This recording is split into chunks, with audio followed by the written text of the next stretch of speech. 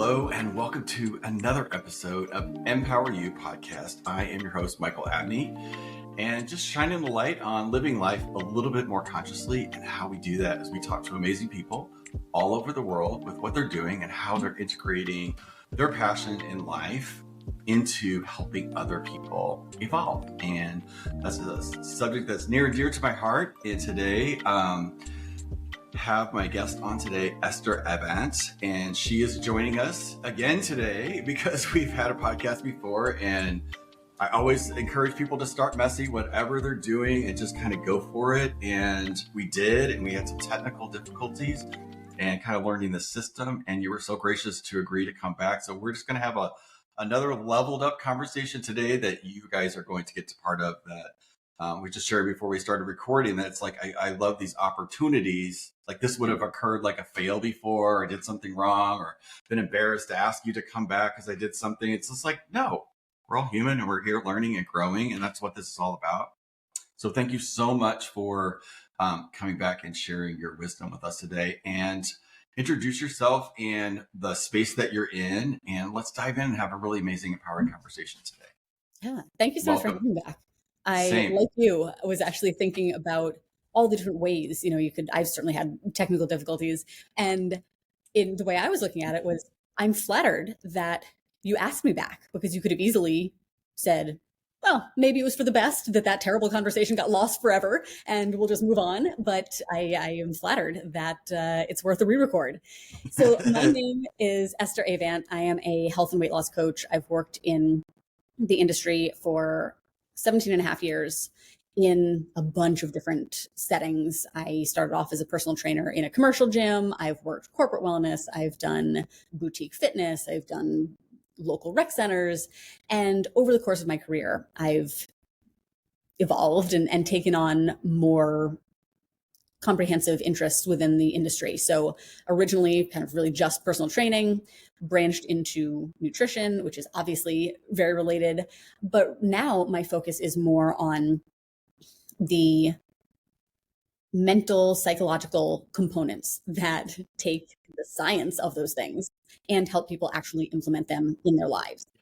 Yes. I was personally struggling, even though I had all these certifications and this degree and all this stuff, I was struggling myself with an all or nothing mentality, with just, feeling like I was doing what I knew I needed to do, and have over the last probably decade realized just how important the psychology and the mindset piece of it is. That's what takes the textbook stuff and helps me apply it in my life. You apply it in your life, it helps other people do the same.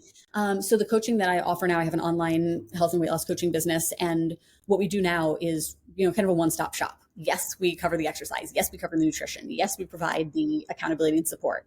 And also we're helping you do the deeper work that's going to cement those changes for life. So you're dead on. Like without the belief, without the mindset stuff, you literally are dead in the water. Like everything until you get to that point is all surface. It's all outside, which is amazing and great. But to get it to work, it has to connect with what's going on with inside of us, because we're the one driving it. So I'm interested. It's kind of my first question to you too, about like when you got into this space, and you sort of alluded to it just a second ago, but like, what was it about your journey that sparked this deepening to go there with the mindset thing? And did you have any sort of imposter syndrome when you started to dive into this aspect of things? Yeah, for sure. As I think most like, people who are we to like, I just wanted to get your take on that. We just don't talk about it. So I love that question because and everybody I know, no matter how successful and accomplished and educated they are, all feel that way. So for sure. And I think, for me, it was, I got into working out when I was in high school, right before I was going to college and kind of picking a major. So I was like, well, what would I like to get paid to do? I'd like to get paid to work out.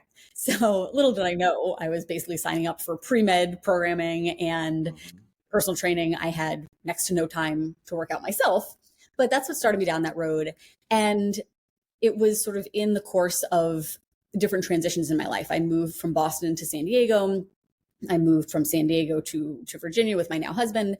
And it was like, I just felt like and this is something I hear from almost everyone I talk to, I know what to do, I'm just not doing it. And that's where the imposter syndrome came in of like, who am I to be helping other people if I can't even help myself? So a lot of the education that I've done has been for my own benefit and also benefits our clients. Largely, I was trying to figure out, how do I get out of this all or nothing mentality where I feel like I'm so good or I'm doing all the things for however long, but then inevitably something happens and I get thrown off and now I'm doing none of them. How can I be less extreme? How can I be more even keeled? How can I enjoy frozen yogurt with my boyfriend at the time and not then spiral out of control, eat everything else in sight, and then tell myself I'll start again tomorrow? Those are the things that I was struggling with that I know are very relatable to most other people. So my first endeavor was, how do I overcome this myself? And then once I did and saw the freedom on the other side, how can I not share that with other people? And as my experience has grown and my education has grown, now it's not a matter of, well, here's what I did, maybe it'll work for you, but more so, we have all sorts of different strategies to help you overcome whatever it is that's holding you back. Do you notice a thread like with folks, like where, because imposter syndrome, like when we label something, it turns into like people, then they'll hear that word, a buzzword, and they like, nobody really goes underneath stuff, but I do. So let's talk about what's underneath that imposter. I think that'd be so valuable, because we're kind of talking about it anyway, but let's just go there. So what is it like for you, or what your perception, or you're dealing with this all the time? Like, I know what to do, but I'm not doing it. And first, let's just sort of identify, for me, imposter syndrome. Like, if we just think about it, it's like we want to be something in the world, but yet we don't. Imposter syndrome for me is, oh, I don't have an accreditation for that. Somebody didn't tell me I can do that. Like, it's permission. It's permission, to like, hey, I see this thing, but yet I'm not saying anything, or like not being interactive with it, or it's just basically keeping ourselves apart from the very thing that we want to do in life because of us. It's a story that's going on in our head. Somewhere in the past, we had an idea and raised our hand and somebody said, oh no, blah, blah, blah. And then whatever version of ourselves at that age, we made up a story. And that story from years ago is literally stopping us today. And that thing's not even happening. That, for me, that's imposter syndrome. Yeah. So what is your take on that? And let's talk about how we can get past this and evolve past this. Yeah, I love your definition of it. And I think it is kind of multifaceted like that. There's sort of the more obvious, well, I'm not the expert. I don't have the PhD in this, or I didn't do the research on that, or, I'm too young, whatever. But then there's the real kind of crux of it, which is the stories we've picked up over the years. It could be this relatively inconsequential comment that a teacher made, or a friend made, or a parent made years ago, the gist of which your brain is latched onto, which is like, who are you to do this thing? And I think I was just talking about this on another podcast. I think you'd really love the host. Her name's Danielle. Her podcast is Get Your Life Together, Girl. I could make an introduction if you want. Yes. We were talking about the importance of self-permission. And we, through the course of just like our conditioning, being human beings in the world, we look for external permission to do things. A teacher telling you, you're a really good artist, you should, yes. Or your mom saying, you're so good at math, you should have aced this test, that sort of thing. We look to outsource the permission. And one of the first steps of taking your power back is to lean on your self-permission. Nobody needs to tell me I can do this. I can just do it. And in the course of this conversation, I'm realizing how much progress I've made in my own imposter syndrome in this last probably year. I decided last December I was going to write a book. A lot of feelings of imposter syndrome at that time. Largely what I just talked about. I haven't been doing this for long enough. I don't have, I'm not an Ivy League professor. Who wants to hear from me? These books are already written, all that BS. And I had this sort of enlightenment, this moment of enlightenment where I just realized that nobody is like the decision maker. Nobody gets to call the shots except you. The only difference between myself and the published authors that I, look up to and think are so much better than me is that they have written the book already. They have taken the steps, they have done the thing. And all I have to do, if I want to be one of them, is do the work, be consistent, be committed, believe in myself. And the same goes for literally anything you want to accomplish. You don't need anybody else's permission. Like, yes, obviously in certain areas, like, do you need credentials sometimes? Sure. You can't just like put a sign up outside and say, I'm a doctor, I can do your surgery. There may be actual steps you need to take to qualify for something or to be skilled enough to do it. 100%, 100%. Is just deciding I'm going to do it and I am going to see it through. And does the self-doubt pop up? Of course, it does for everybody. We all have that inner critic. That's not a problem. You just learn how to manage it and say, well, I'm doing it anyway, or that's not true. Question those stories, question those beliefs, and rewrite them. And the more action you take, the easier it is to silence it and to rewrite that story, because now you have evidence. Because it never stops. It never stops. The next thing that comes is going to have the same energetic dynamic. Like I'm building out I'm doing a little course. And it's so important. It's like designed to show people what it is to like my program to work with me, right? So I know it, but like when it comes to like putting that in a thing, like or like an expression or a presentation, like so many things have to be thought out, and I just literally, my head just goes crazy with all of those little things, like. Who are you to think that you can just go do this? At the same time, I see it everywhere that, it's basically like guiding people out of survival into thriving life. Like they're two separate belief systems.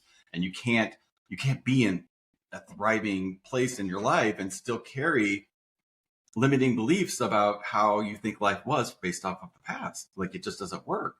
And, like also too, for us is getting to that, awareness about actually are we serving? Like, who are we serving? I'm sure you've had the same thing. Like, there's like, you want to start to help everybody, but like, you can't help everybody. Like, you just can't. But you can help a very specific targeted audience. And the more that you get closer to that, the more your confidence peaks, because it's like the higher you reach, the deeper you got to dig, right? So you have to like, find these spaces, and we have to go through, just like what you just said, you have to go through all of these spaces so that you can understand, like, okay, in the past, I would have started this, I would have done one try. If it didn't work out, I would be like, next. Like, I never, ever wanted to like get underneath why something wasn't working. Everybody's like that. Like, nobody wants to see what's preventing us from having that thing that we want. Because if you do, you have to leave survival to do that. Because the other thing is just in alignment with surviving. I can't do this. I'm gonna run over here and do this. I'm gonna run over here and do this. I'm gonna run and do this. Like at a certain age though, it gets really, really exhausting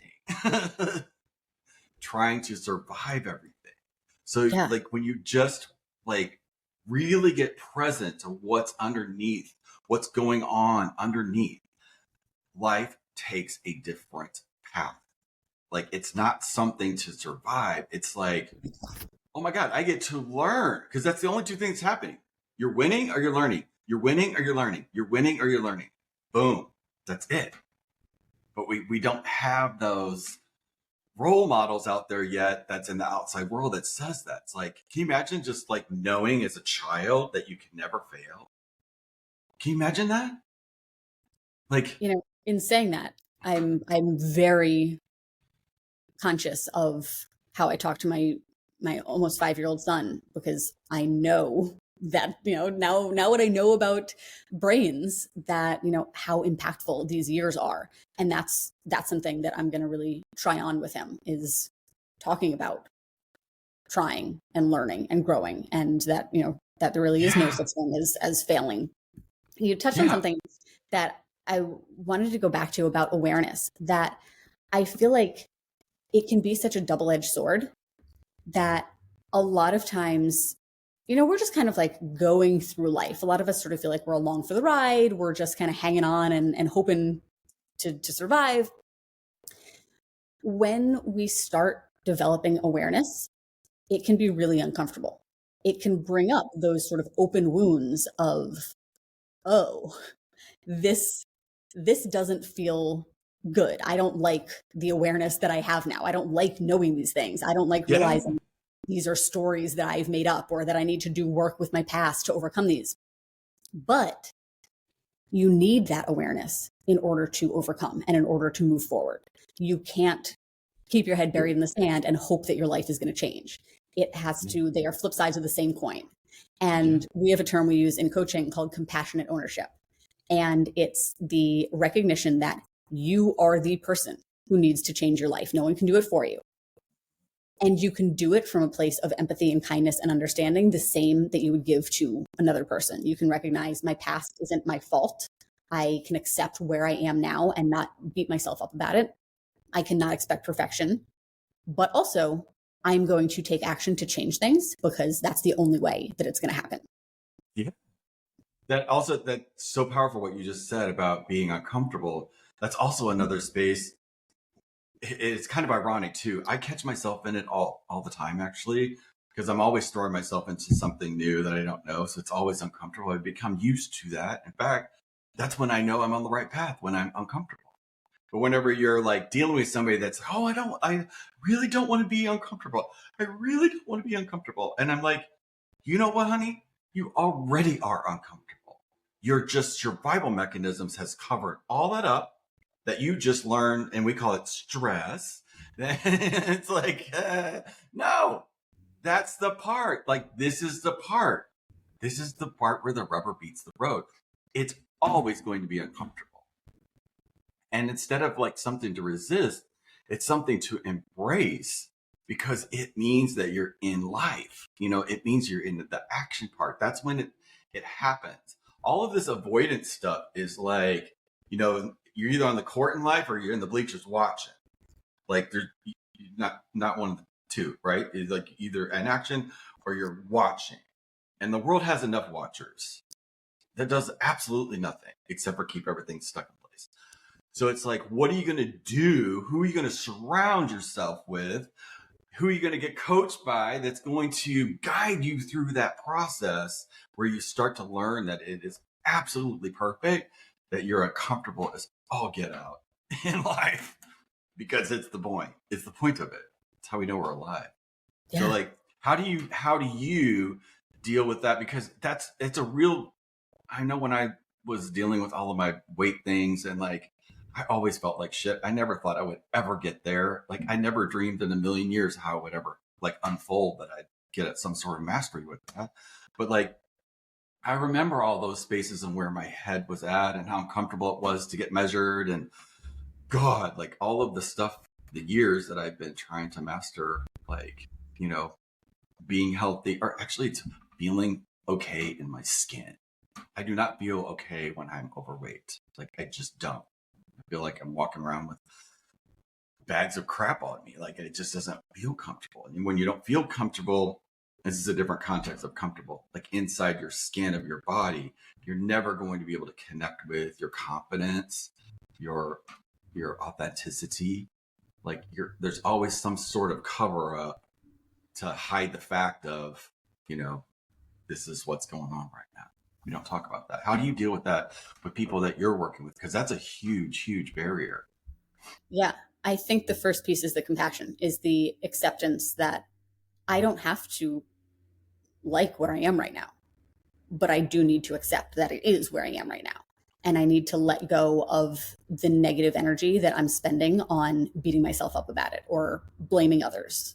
And I just need to, whenever that like self-doubt soundtrack starts playing of, I can't believe that you're so fat, I can't believe that you let yourself get this way, any of whatever mean stuff your brain is saying, working on silencing it. Even it can be powerful to talk to yourself out loud. Just stop. Yeah. I don't want to hear that anymore. This is where I am and that's okay. And that's not the same as complacency and saying like, this is where I am and this is where I'm going to stay. but the acknowledgement of reality, like this just is what it is. This is where I am.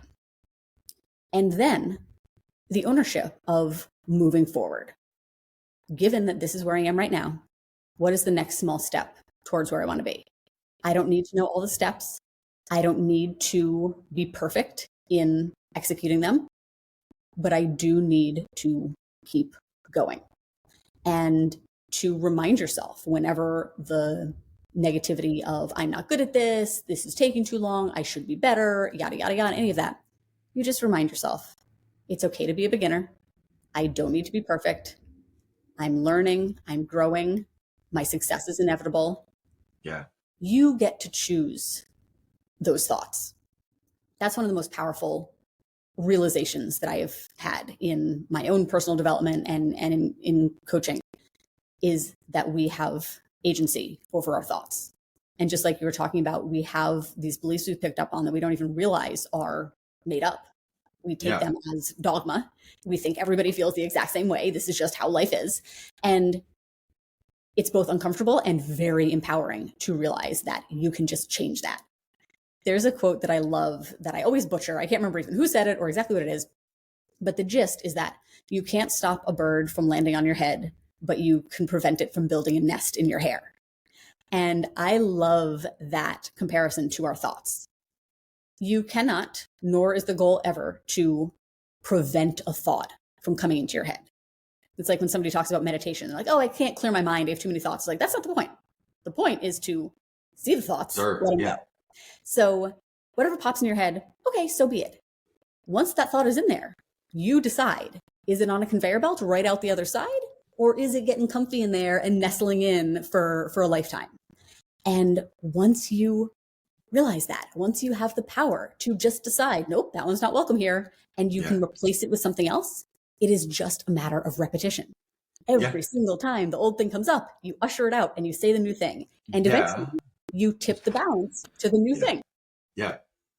I was very similar analogy that somebody made. It's amazing how analogies actually do work when something clicks and it's just like, it just hits you in the right way. Someone actually relayed in this guided meditation, it was like, think of thoughts on a conveyor belt, and you choose the ones that you want that make you feel good in that moment, or you're aware that you're picking up, you're choosing not just every one of them. Like the scene that he used was Lucille Ball, and that one where the thing, exactly, she's like, you don't have to do that. You literally can just choose. And he goes, and when you get really enlightened, you can step your ass back from that conveyor belt and just watch all of them and don't react to any of them. And I was like, okay, I love that, because it really is. Like a couple of weeks ago, I noticed, when I've been going back to where I grew up a lot lately, parents sort of like at the end of life stuff, and you're making sure everything's okay and all of that stuff that goes along with life. And I started to notice this feeling of stopping myself when I was there, like this old energy, especially when I was in the house where I grew up and stuff. It was still there. Like, even though in my life I don't experience that, it was still there in that old setting. And I'm still like, it caught me so off guard. It's taking me about 3 trips to like, okay, what is this? Like, why is this repeating back here? Why is this happening right now? I'm still not 100% clear, but I'm in that, what you just said, just like, I'm allowing myself to notice. I've caught myself doing it. It's like sugar. It's like where the sugary thing started. And like, it was really uncomfortable, and it's like shocking. Like, oh God, like I thought that was gone, and here it is at the exact same space. Now, I don't want to avoid all of that. I know that there's still something there to uncover. So it's not even like trying to figure it out. It's just acknowledging it, from that it's there. And I'm really open to healing whatever this is, so that I can keep going deeper if need be, or it could clear out and I never have to deal with this part again. But like, do you ever have that with your clients where they had like wins, but yet something out of the blue happens, life changes or a divorce or some sort of change where it's like, wow. Yes. I think I first want to kind of applaud your personal growth, because the fact that you're able to experience that in that sort of step back way and say, like, essentially, that's interesting. I wonder what's going on here, rather than defaulting to, I knew it, all this stuff these last several years, getting my health under control. I'm just an imposter. This was never me. This is who I really am. This is, the end is near. That is such a sign of mental strength and development. I see this all the time with clients and with myself as well. I'm certainly not immune. That under certain conditions, we have things together and we feel really good about it. And we start to feel sturdier. And like, okay, this is, I got it now. Yeah. And generally, exactly what you touched on, transitions are some of the most difficult times, because they throw us off. The anchors that we'd had, the routines that we've been relying on, just get ripped away from us, and we feel very vulnerable and naked. And it's easy to default back to what could end up being like a childhood behavior. And especially, it's very interesting that this is in your childhood home around your parents, where we all sort of naturally default back to the kid. It's very common for that to happen. And what I mentioned a second ago is where I see most people go with it, where they hadn't yet fully stepped into their new identity as a fit and healthy person. And instead, this almost like furthers their belief that they were an imposter, to go back to that, yeah, I was putting on a good front. I looked like I was a healthy person, but obviously, as indicated by this, I'm not. And I think it's so important to work on that identity at every step of the way, to recognize it is an identity, by the way. I mean, it is literally an identity. Yes. I had an example when I went to college. I was an exercise science major. I had been really into the gym, and I had a strong identity as a fit, healthy person. I gained almost 40 pounds in college. I didn't work out. I drank a lot of beer. I ate a lot of dining food, ice cream, dining hall ice cream. And I came back my freshman year, summer, much heavier. And even then, I remember telling myself, I forgot who I was for a while. My identity was with the fit, healthy behaviors. And I didn't let myself go down the road of, well, that was fun while it lasted, but this is who I really am. And that's what ends up happening with a lot of us in adulthood. So I think from the jump, working on, I am not a faker. I'm not a phony. I'm not putting a Band-Aid over this. I am just starting to live in closer alignment with my value of health, and to recognize we all get thrown off. I consider myself someone who has good oral hygiene. I floss, I brush my teeth, I mouthwash, all that. And there are weeks or months where I stop flossing because I ran out or I'm traveling or whatever. And that doesn't turn into an identity crisis. I'm just like, okay, I get back to it when I do. And if we treated our other healthy behaviors in the same way and just recognize, like, yeah, we go through periods where, like, sometimes we fall out of habits, and it does not mean anything about who you are, your success in the future, any of that. No, it's something you touched on something about the vulnerability piece. Like that's that I just felt that whenever you were talking about it. Like I'm in a vulnerable spot in my life because I'm transitioning to something completely up, and that's tapping into all the insecurities. And then this part happens that it's also like magnifying that. And then when I was a kid, it was always that. I was always like, knew I was not, it never felt like I was in the right space. So it just all of this, and I didn't know how to handle it then. Actually, I didn't know how to handle it. I ate macaroni and cheese. That's how I handled it. Like that got rid of everything. So, which turns into sugar. So like that is now kind of like making sense. But see, I wasn't aware of that till right now. You have to have the awareness. So now I can create a space where being vulnerable is okay and healthy. Like being vulnerable can be healthy. Right. And now, it's like you were talking about earlier, it's just learning. It's just, yes. Now that you have the experience, now that you have the awareness, next time you know you're going to be in that situation, you can better prepare yourself, whatever that I looks like, I mentally, am right now. environmentally. Exactly. And Yeah, that's really what it's all about, the lessons that you can learn. Life is always going to throw curveballs. And even the people with the sturdiest, strongest identity are going to be challenged. And it's just a matter of how you choose to look at it and what you choose to do with it and about it. I love it.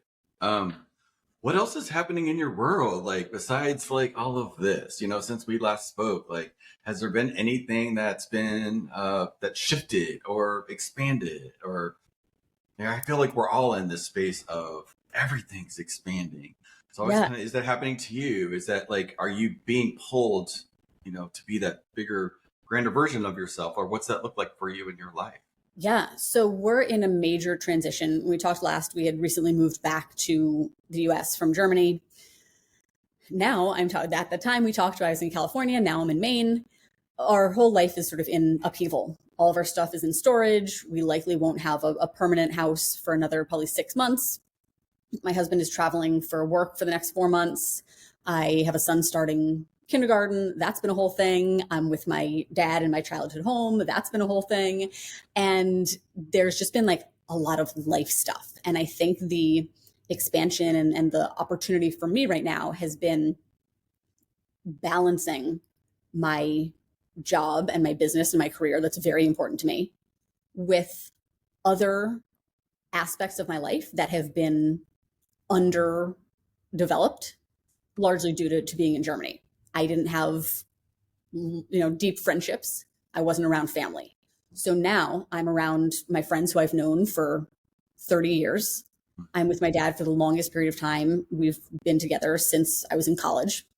And my work has been leaning into those things and letting go of some of the expectations I have for myself business wise, and recognizing that, dips in revenue or not checking all the boxes are not the end of the world. And that my value as a human being is not directly Yes. tied to my income or my Yes. business. Yes. And I'm like, I have like a pit in my stomach talking about it. But that's been my work. Is the last few years I have been very business focused because I was essentially living in isolation in northern Germany, and it was something to just really go all into.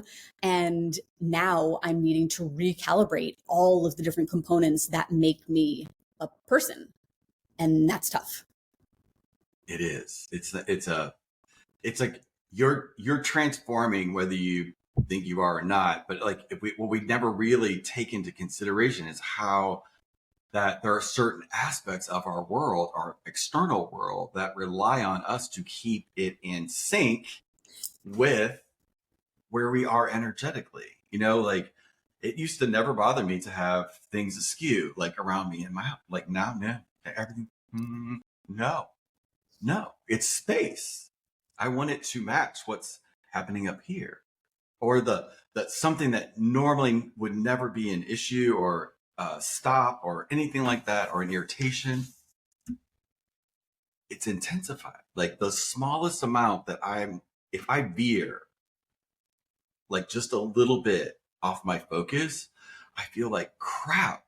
And it's like, I know why it's there. It's like, no, boom, blind back on your thing. Like, where are you going to? Like, I don't need to focus on these distractions anymore. And boy, has that been a game changer too. Like, and also understanding how important relationships are, like in your life. Like in my whole life, I've never put value in I've had close I have close friendships, but like there's a part of me that wants to reconnect and like in a new way. Like I'm just discovering who I am. Like now I want to share that with folks. So it's like I find all of these dynamics that are starting to come and play, and then who I'm meeting and the caliber of folks, it's just such an amazing experience when you start to understand how literally we're creating every single nuance of our life, literally in real time. It's a lot. It's a lot.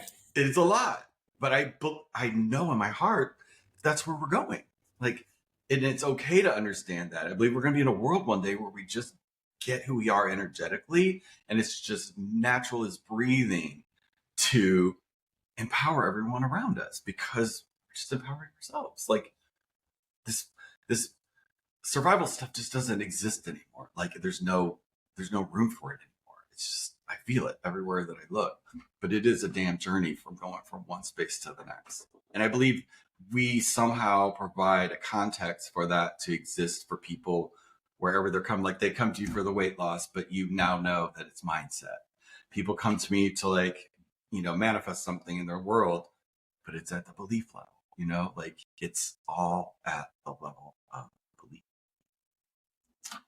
And nobody really wants to talk about that, because when we do, it opens the Pandora's box of the questions that we have to grapple with as human beings. Like there is no other thing out there that's going to come down and save us like we were taught.